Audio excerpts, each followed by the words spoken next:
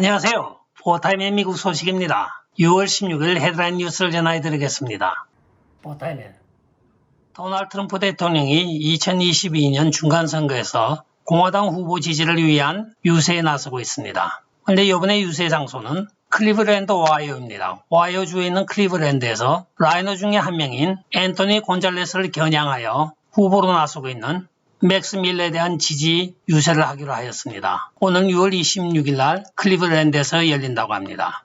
앤토니 곤잘레스는 라이너 중에 한 명으로 도널드 트럼프 대통령 탄핵에 찬성하였던 10명 중에 한 명입니다. 확실히 피하 구분을 분명하게 하는 도널드 트럼프 대통령입니다. 한편 도널드 트럼프 대통령은 이번에 텍사스 주지사 그렉 애봇과 6월 말에 남부 국경을 순찰할 예정이라고 오늘 발표를 하였습니다. 그 발표에 앞서 도널드 트럼프 대통령은 바이든과 카말라 해리스가 내가 잘 쌓아왔던 국경 장벽의 모든 것을 다 망가뜨리고 미국을 지금 세계에서 최악의 국경 문제 나라로 지금 만들고 있다고 비난을 하였습니다. 그러나 한편으로 아직까지 국경 장벽의 최고 책임자인 카말라 해리스는 국경에 대하여 아직 나가지도 않고 있습니다. 공화당의 상원 의원들은 지금 그렇게 실실 웃으면서 국경 문제를 회피할 문제가 아니라고까지 비난을 하고 있으나 여전히 요지부동입니다. 공화민주 양당에서 지금 국경 방문에 대하여 압력을 넣고 있으나 카말라 해리스는 여전히 혼자서 모든 혐의에 대하여 독자적으로 뒤집어 쓰기 싫어서 그 문제에 대해서는 기자들이 질문할 때마다 실실 웃기만 하고 아예 언급을 회피하며 국경 쪽으로는 아직 가지도 않고 있습니다. 폼페오 국무부 장관 소식입니다. 더 힐지와의 인터뷰에서 마이크 폼페오 전 국무부 장관이 중국 우한 코로나 바이러스 연구소가 지금도 연구를 계속하고 있다고 하면서 그것을 빨리 폐쇄시켜야 된다고 이야기를 하고 있습니다. 1차 코로나 바이러스 유출에는 지금 전 세계적으로 300만 명이 죽었지만은 2차 코로나 바이러스가 변종된 것이 다시 그 연구소로부터 분산이 될 때는 아마 3천만 명이 죽을 수도 있다고 이야기를 하고 있습니다. WHO와 유엔과 또 미국이 왜 우한에 그 연구소가 문제가 많으며 안전장치가 미흡한 그 연구소를 그냥 두고 있는지 모르겠다고 이야기를 하고 있습니다. 또한 폼페오 장관은 자기가 PAC 즉 정치단체를 조직하여 2022년 중간선거에는 공화당원들을 돕는 데 최선을 다하겠다고 이야기를 하고 있습니다. 오래간만에 인터뷰하고 있는 국무부 장관의 소식이었습니다. 16일 조 바이든 대통령과의 정상회담을 앞두고 있는 푸틴을 14일 날 저녁에 MBC 특파원들이 인터뷰를 하였습니다. 그런데 기자들이 질문을 하고 푸틴이 대답을 하는 것이 아니고 푸틴이 질문을 하자 MBC 기자들이 벙어리가 되어버렸습니다. 말문이 막혀버린 것이죠. 그 중에 가장 악권인 것은 푸틴이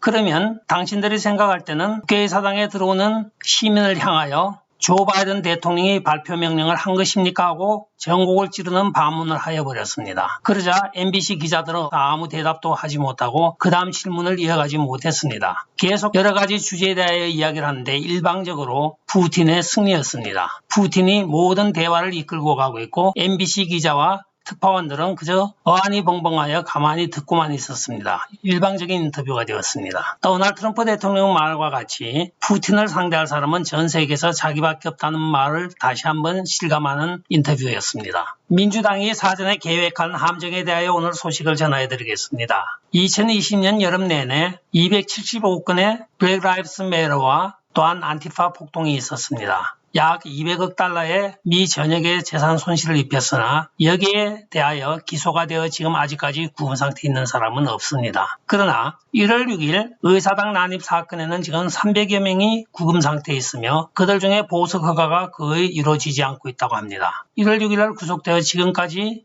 구금 상태에 있는 사람들의 내역을 보면 대부분이 평범한 시민들입니다. 은퇴나 전역을 한 군인이거나 아니면 평범한 사람들이 거기에 갔던 것입니다. 이들에게 문을 열어준 사람도 DC 경찰관이고 안티파와 BLM 요원들은 들어가서 선동을 하였습니다. 그들이 창문을 부수고 하였지만 그들은 아무도 체포가 되지 않았습니다. 일반 선량한 시민만 300명을 지금 구금하고 있다고 하면서 지금 의회에서 이 문제로 상당히 논란이 일고 있습니다. 이것은 민주당과 바이든 행정부가 사전에 계획한 음모라고 하면서 공화당 측에서는 맹공을 가하고 있고 2022년에 만약에 중간선거에서 공화당이 다수당이 되는 순간에는 즉시 낸시 펠로시와 조 바이든을 탄핵할 것이라고 지금 별르고 또 별르고 있다고 합니다. 미국 정치가 이제는 적대적인 관계로 번지고 있는 것 같습니다. 돈 모으는데 귀재인 바이든 부자의 소식을 전해드리겠습니다. 오늘 헌터 바이든이 뉴욕 갤러리에서 작품을 전시한다고 발표를 하였습니다. 자기가 화가로서 작품을 전시하는 것이 아니고 작품을 하청을 주어 대신 그리는 그림을 자기 이름만 넣어서 판매를 한다고 합니다. 화폭당 보통 8만 불 내지 50만 불까지 받겠다고 사전에 예약을 받는다고 지금 공지를 하고 있는데 많은 정치에 관심이 있는 사람들은 여기에 대하여 아마 느끼는 바가 있을 것입니다. 헌터 바이든이 중국에 투자 MOU를 체결하여 수억 달러를 받았으며 또한 부리스마라고 하는 우크라이나 가스 회사의 사회이사로 재직하면서 또 수백만 불을 받았습니다. 또 러시아 스캔들도 있죠. 그런데 이번에는 이제 하다가 자기 그림도 아닌 그림에다가 자기 자필 이름만 넣고 바이든 그 글자를 넣어서 몇 푼 안 주고 산 그림을 여러 수만 불, 수십만 불까지 받고 판매하겠다는 그 기발한 아이디어. 돈은 잘 벌겠습니다. 다음 소식입니다. 케빈 맥카티 공화당 하원 원내대표가 2022년 중간선거에서 공화당이 다수당이 되면 즉시 이란 오마르를 외교분과위원회에서 제명시키겠다고 다짐을 하고 있습니다. 그 사연을 들어보면 이란 오마르가 최근에 딱따구리 4인방과 함께 미국과 이스라엘은 팔레스타인과 하마스와 이란을 동등하게 대우를 해줘야 한다고 이야기를 하면서 비난을 하였습니다. 그러나 실제적으로 이스라엘과 미국은 동맹관계에 있으며 이란이나 하마스나 팔레스타인은 테러국으로 지정된 것입니다. 미국이 테러국으로 지정한 나라와 미국과 이스라엘을 동급으로 비교한다고 하는 것은 그 사람이 외교분과위원회에 있을 자질이 되지 않는다고 하면서 즉시 공화당이 하원의 다수당이 되는 순간 축출을 할 것이라고 다짐을 하였습니다. 도널드 트럼프 대통령의 새로운 대변인 지명 소식에 대하여 전해드리겠습니다. 도널드 트럼프 대통령은 6월 15일인 어제 리즈 해링턴을 새로운 대변인으로 임명한다고 발표를 하였습니다. 리즈 해링턴은 실제적으로 RNC 전국공화당위원회의 대변인을 맡았던 인물이기도 합니다. 최근에 제이슨 밀러가 2022년 중간선거에 후보로 나섬으로써 대변인 자리가 비게 생겼었는데 여기에 대하여 도널드 트럼프 대통령이 리즈 해링턴을 임명을 한 것입니다. 리즈 해링턴은 상당한 보수주의의 성향을 가진 정치가로 알려지고 있으며 2020년 선거에 대하여 조 바이든 취임은 말도 안 된다고 하면서 도널드 트럼프 대통령이 실제적으로 선거에서 이겼으므로 도널드 트럼프 대통령이 취임을 해야 한다고까지 팍스뉴스에서 전국적으로 방송을 하였던 아주 당찬 여인이기도 합니다. 앞으로 이 대변인의 행보를 많이 기대해 보아도 좋을 것 같습니다. 정부 책임연구소인 GAO가 오늘 국회에 답변서를 보냈습니다. 그 내용을 살펴보면 지금 조 바이든 행정부가 하고 있는 국경장벽 건설이 1974년도에 제정된 압류조정법안을 위반한 것이 아니라고 이야기를 하고 있습니다. 압류조정법이라고 하는 것은 Impound Control Act라고 하여 정부가 이미 예정된 예산에 대하여 그 예산을 함부로 삭감하거나 그것을 중지하지 못한다는 뜻으로 제정된 법입니다. 그러나 조 바이든 행정부가 취임하자마자 그 다음날에 맨 먼저 한 일이 국경장벽 건설 중단이었습니다.